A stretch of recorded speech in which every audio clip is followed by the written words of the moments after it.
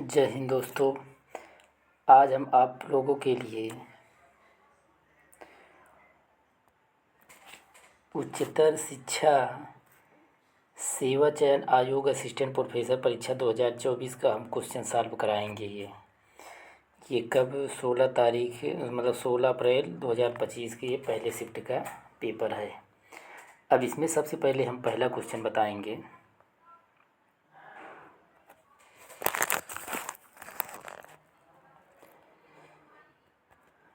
भुवनेश्वर तथा पुरी के मंदिर की शैली में निर्मित हैं। भुवनेश्वर तथा पुरी के मंदिर किस शैली में निर्मित हैं? ये किस शैली में निर्मित है? नागर शैली में निर्मित हैं। अगला क्वेश्चन है इसमें,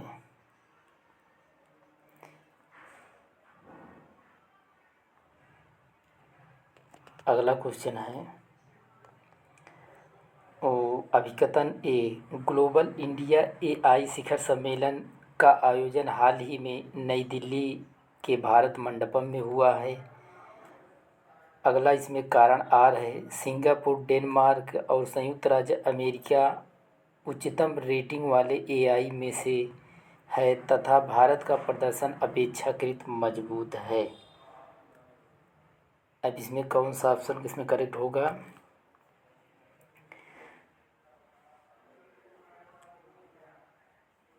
ए आर दोनों सही है। मतलब इसमें क्या होगा?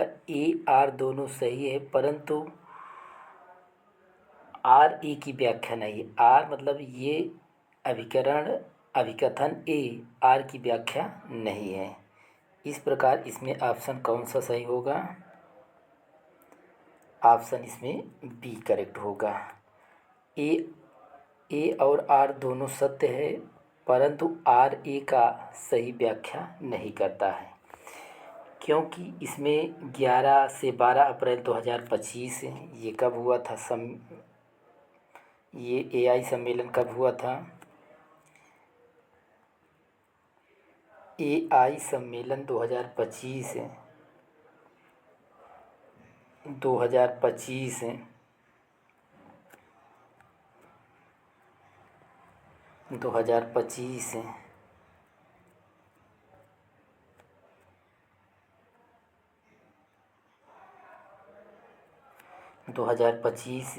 ये भारत मंडपम नई दिल्ली में हुआ था।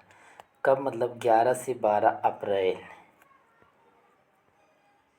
11 से 12 अप्रैल में हुआ था।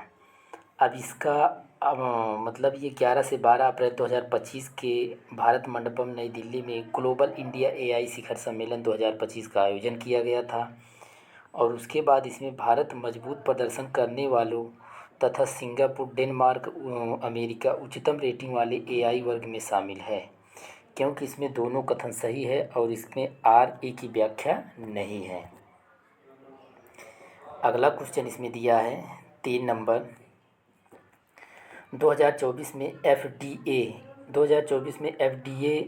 द्वारा अनुमोदित कौन सी नई दवा अल्जाइमर रोग की प्रगति को धीमा करने के लिए मस्तिष्क में एमीलाइड प्लेक को लक्षित करती है? इसमें कौन लक्षित करता है? इसमें है किसुनला।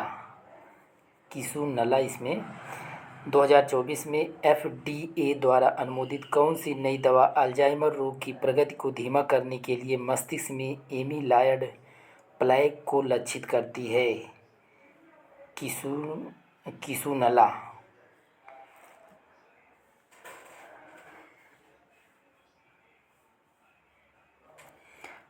अगला क्वेश्चन इसमें दिया है 4 नंबर, किस राज्य सरकार ने देसी गाय को गौ माता का दर्जा दिया है? किस राज्य सरकार ने देसी गाय को गौ माता का दर्जा दिया है? ये कौन सा राज्य है? महाराष्ट्र है। अगला क्वेश्चन इसमें दिया है 5 नंबर, एशियन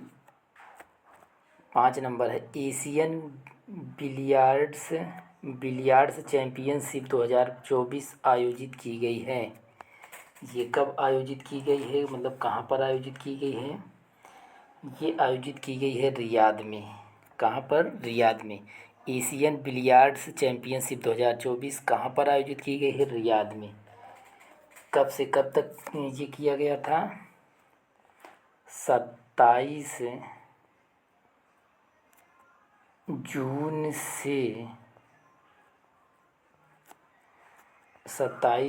से 5 जुलाई को 5 जुलाई 2024 को। ये कब किया गया था? 5 जुलाई 2024 को। 27 जून से 5 जुलाई 2024 के बीच रियाद सऊदी अरब में संपन्न हुआ था। अगला क्वेश्चन इसमें दिया है 6 नंबर। निम्नलिखित में से कौन सबसे युवा शतरंज का विजेता है? निम्नलिखित में से कौन युवा शतरंज का विजेता है? इसमें कौन है? गुडेश डोमा राजू हैं। निम्नलिखित में से कौन सबसे युवा शतरंज का विजेता है? गुडेश डोमा राजू हैं। अगला क्वेश्चन है इसमें 7 नंबर। निम्नलिखित में से कौन सा शोध में प्राथमिक डेटा संग्रह की विधि नहीं है? निम्नलिखित में से कौन सा शोध में प्राथमिक डेटा संग्रह की विधि नहीं है? इसमें कौन नहीं है? इसमें है साहित्यिक समीक्षा। ये डाटा संग्रह मतलब प्राथमिक डेटा संग्रह की विधि नहीं है। बाकी इसमें साक्षात्कार, सर्वेक्षण और अवलोकन ये सब प्राथमिक डेटा के संग्रहण विधि है। अगला क्वेश्चन इसमें दिया है 8 नंबर। इसमें दिया है शिक्षण में परियोजना विधि का जन्मदाता किसे माना जाता है? शिक्षण में परियोजना विधि का जन्मदाता किसे माना जाता है? इसमें माना जाता है विलियम हर्ड किलपैट्रिक को माना जाता है। शिक्षण में परियोजना विधि का जन्मदाता किसे माना जाता है? विलियम हर्ड किलपैट्रिक को माना जाता है। अब इसमें अगला क्वेश्चन दिया है 9 नंबर। प्राथमिक आंकड़ों की एकत्रीकरण की विधियां हैं। प्राथमिक आंकड़ों की एकत्रीकरण की विधियां हैं। प्राथमिक आंकड़ों की एकत्रीकरण की विधियां हैं। अब इसमें देखो कौन कौन एकत्रीकरण की विधियां हैं। इसमें है केस अध्ययन विधि, डाक प्रश्नावली विधि, ऑनलाइन स्रोत और अनुसूची है। और इसमें कौन कौन विधि है? ये A, B और D विधि है और ये इसमें शामिल नहीं है ऑनलाइन स्रोत। प्राथमिक आंकड़ों का एकत्रीकरण की विधियां हैं केस अध्ययन विधि, डाक प्रश्नावली विधि और अनुसूची विधि। और उसके बाद इसमें और कौन कौन है? इसमें एक है अवलोकन।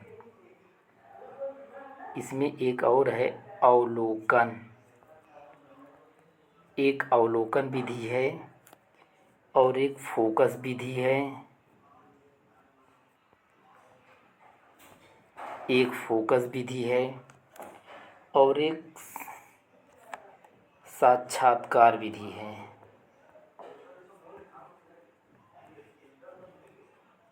साक्षात्कार विधि है। अब इसमें अगला क्वेश्चन है इस प्रकार। इसमें ऑप्शन कौन सा सही होगा? बी सही होगा। अगला क्वेश्चन इसमें दिया है निम्नलिखित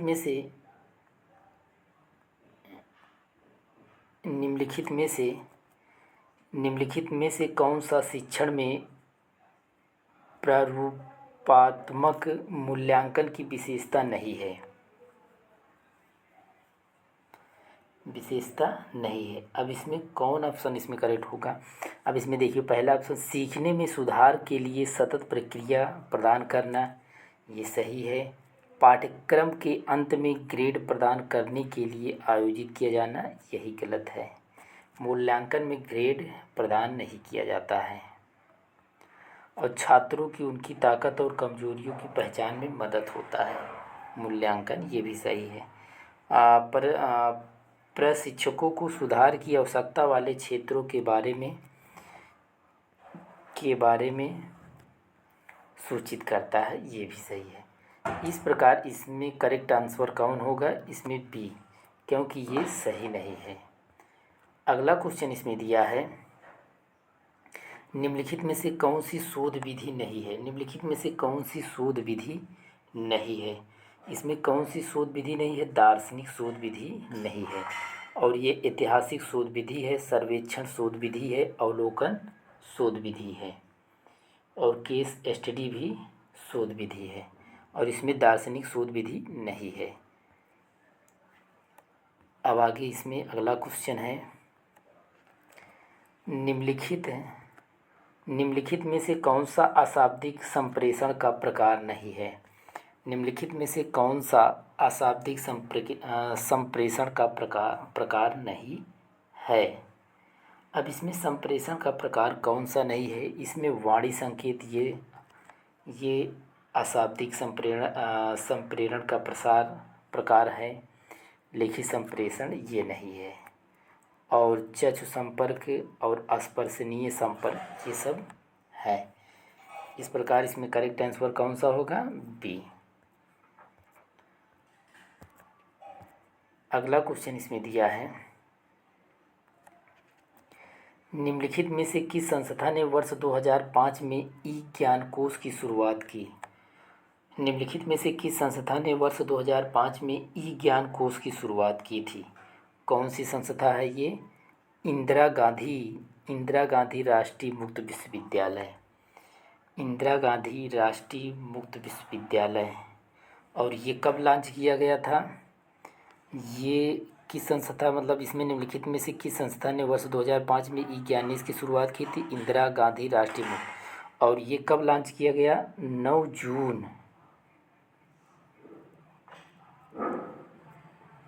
जून 2008 को ये लॉन्च किया गया था। 9 जून 2008 को लॉन्च किया था। अगला क्वेश्चन इसमें दिया है 14 नंबर दिया है, सार्वजनिक वाईफाई का उपयोग करते समय सुरक्षा बढ़ाने के लिए अनुशंसित अभ्यास क्या है? अनुशंसित अभ्यास क्या है? सार्वजनिक वाईफाई का उपयोग करते समय सुरक्षा बढ़ाने के लिए अनुशंसित अभ्यास क्या है? अब इसमें अनुशंसित अभ्यास क्या है? अब इसमें देखिए, बिना किसी प्रतिबंध के संवेदनशील खातों तक पहुँचे, ये नहीं है। अपने कनेक्शन को एनक्रिप्ट करने के लिए वीपीएन का उपयोग करें, ये करेक्ट है। क्योंकि सार्वजनिक वाईफाई का उपयोग करते समय सुरक्षा बढ़ाने के लिए अनुशंसित अभ्यास क्या है? अपने कनेक्शन को एनक्रिप्ट करने के लिए वीपीएन का उपयोग करें। अगला क्वेश्चन इसमें दिया है, नेटवर्किंग में वीपीएन का क्या अर्थ होता है? नेटवर्किंग में वीपीएन का क्या अर्थ होता है? इसमें होता है वर्चुअल प्राइवेट नेटवर्क।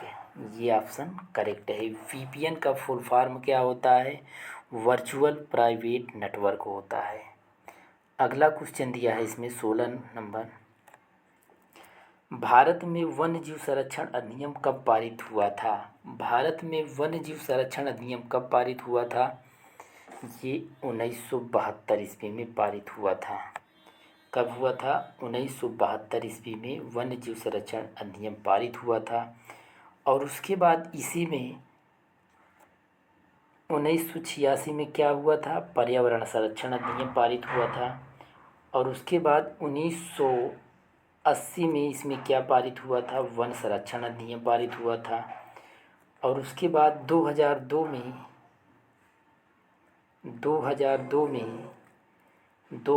में क्या पारित हुआ था? जैव विविधता। और उसके बाद 1927 में भारतीय वन अधिनियम पारित हुआ था। अगला क्वेश्चन इसमें दिया है, निम्नलिखित में से कौन सी गैस ग्रीन हाउस प्रभाव नहीं डालती है? निम्नलिखित में से कौन सी गैस ग्रीन हाउस प्रभाव नहीं डालती है? अब इसमें कौन सी गैस है जो ग्रीन हाउस प्रभाव नहीं डालती है? अब इसमें कार्बन डाइऑक्साइड ये ग्रीन हाउस प्रभाव को डालती है। कार्बन मोनोऑक्साइड ये नहीं है। और मीथेन और कार्बन डाइऑक्साइड ये सब प्रभाव डालती हैं। निम्नलिखित में से कौन सी गैस ग्रीन हाउस प्रभाव नहीं डालती है? कार्बन मोनोऑक्साइड गैस है जो प्रभाव नहीं डालती है, जबकि carbon dioxide, methane, nitrous oxide green house gas पर प्रभाव डालती हैं। अगला क्वेश्चन इसमें दिया है 18 नंबर। वायुमंडल में ग्रीन हाउस गैसों की बढ़ती प्रचुरता के निम्नलिखित संभावित प्रभाव हैं के अतिरिक्त? वायुमंडल में ग्रीन हाउस गैसों की बढ़ती प्रचुरता के निम्नलिखित संभावित प्रभाव के अतिरिक्त हैं। इसमें कौन कौन है? ये फर्टिलाइजेशन, CO2, अगला बी ग्लोबल वार्मिंग, ओजोन संरक्षण और जैव विविधता में वृद्धि। इसमें कौन संभावित है? जैव विविधता संभावित है। वायुमंडल में ग्रीन हाउस गैसों की बढ़ती प्रचुरता के निम्नलिखित संभावित प्रभाव हैं। जैव विविधता में वृद्धि। जैव विविधता में वृद्धि।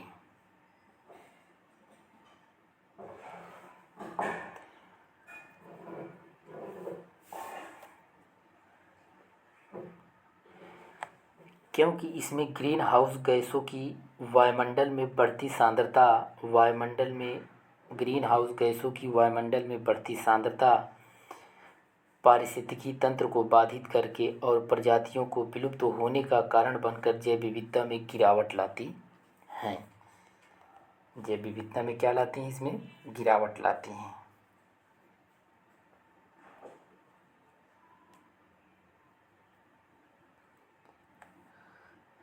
अगला क्वेश्चन इसमें दिया है,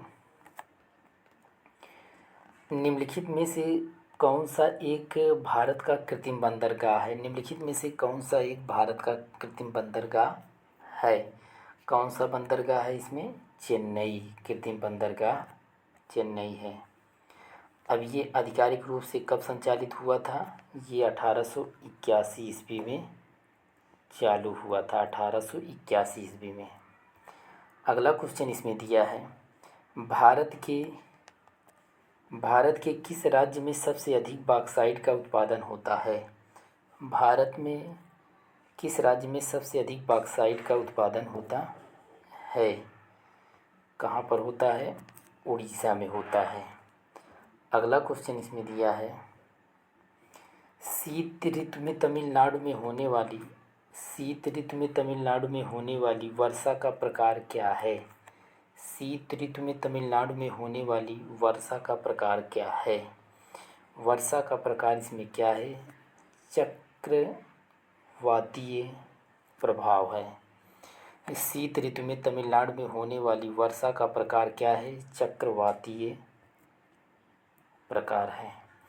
अब इसमें 22 नंबर इसमें दिया है, आत्मीय सभा की स्थापना किसने की थी? आत्मीय सभा की स्थापना किसने की थी? राजा राम मोहन राय ने की थी।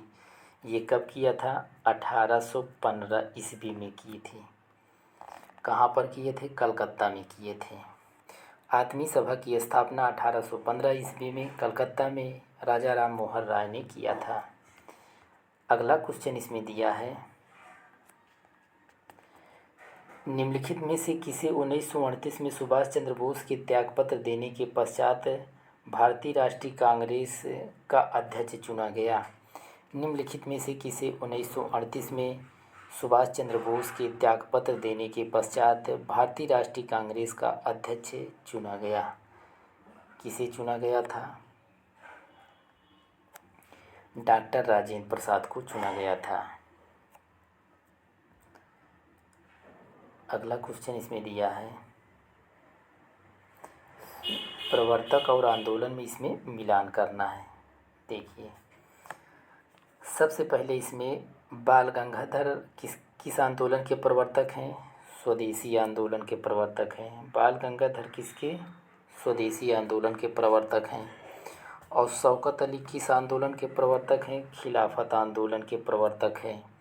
और महात्मा गांधी किस आंदोलन के प्रवर्तक है? असहयोग आंदोलन। और उसके बाद इसमें बहादुर शाह किस आंदोलन के प्रवर्तक हैं? 1857 के प्रवर्तक हैं। अब इस प्रकार इसमें मिलान करना है। इसमें कौन सा ऑप्शन करेक्ट होगा? 13 इस प्रकार इसमें करेक्ट आंसर इसमें क्या होगा? इसमें करेक्ट आंसर सी होगा। अगला क्वेश्चन इसमें दिया है, चुनाव आयोग के बारे में निम्नलिखित में से कौन सा कथन सत्य है? चुनाव आयोग के बारे में निम्नलिखित में से कौन सा कथन सत्य है? और इसमें चुनाव आयोग किस भाग में है? ये भाग 15 में है। किस भाग में है? भाग 15 में है। और कितने अनुच्छेद से है? 324 से 329 तक है। कितने अनुच्छेद तक है? 324 से 329 तक है। और उसके बाद इसमें कौन सा ऑप्शन इसमें सत्य है, यही बताना है। यह एक अस्थायी निकाय है जिसे विघटित नहीं किया जा सकता, ये गलत है। इसकी नियुक्ति प्रधानमंत्री द्वारा की जाती है, इसकी नियुक्ति राष्ट्रपति द्वारा की जाती है।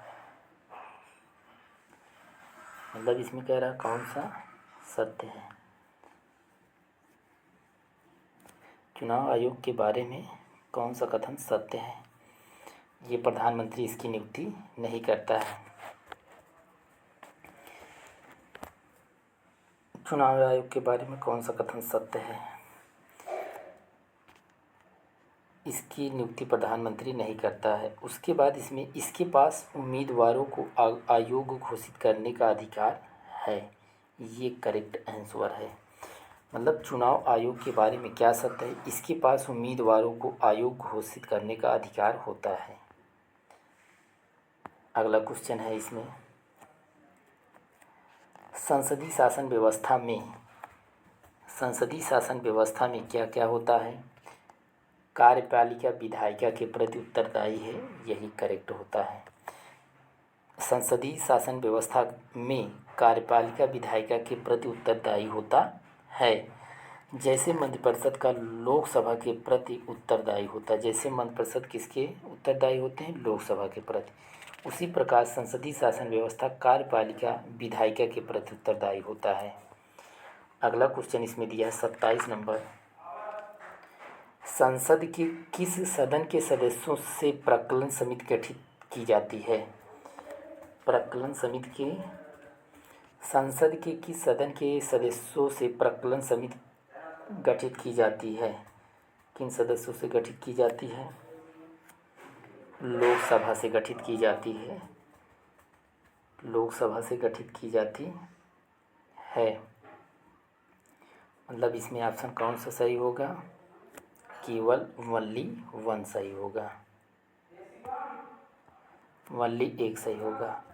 अगला क्वेश्चन इसमें दिया है, इसमें भी मिलान करना है। अब इसमें ध्यान दीजिए,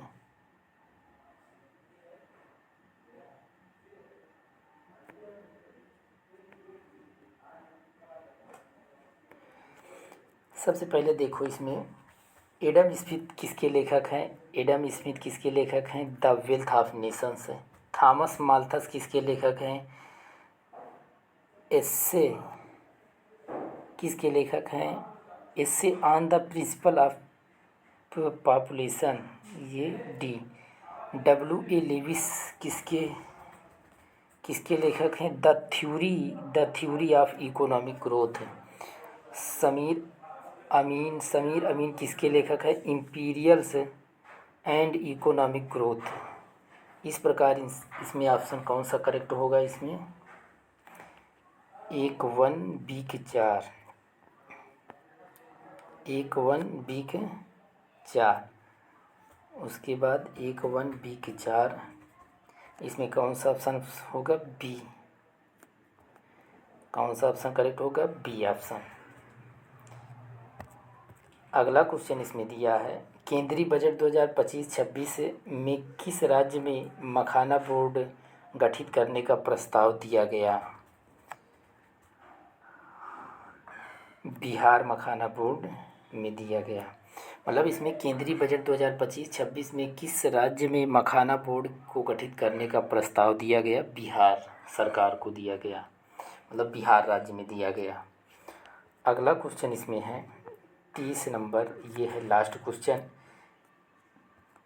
केंद्रीय बजट 25-26 में कमाई का सबसे बड़ा स्रोत कहाँ से आने का अनुमान है?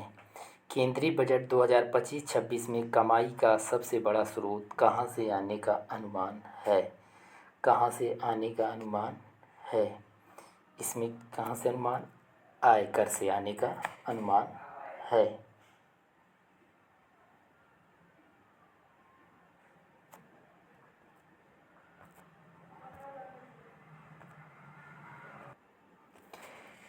इस प्रकार ये क्वेश्चन यहीं पर समाप्त होता है। इसमें हम आगे प्रैक्टिस नेक्स्ट वीडियो में कराएंगे। अगर हमारा वीडियो पसंद आए तो हमारे चैनल को लाइक और सब्सक्राइब शेयर करना मत भूलना। Thank you. जय हिंद, जय भारत।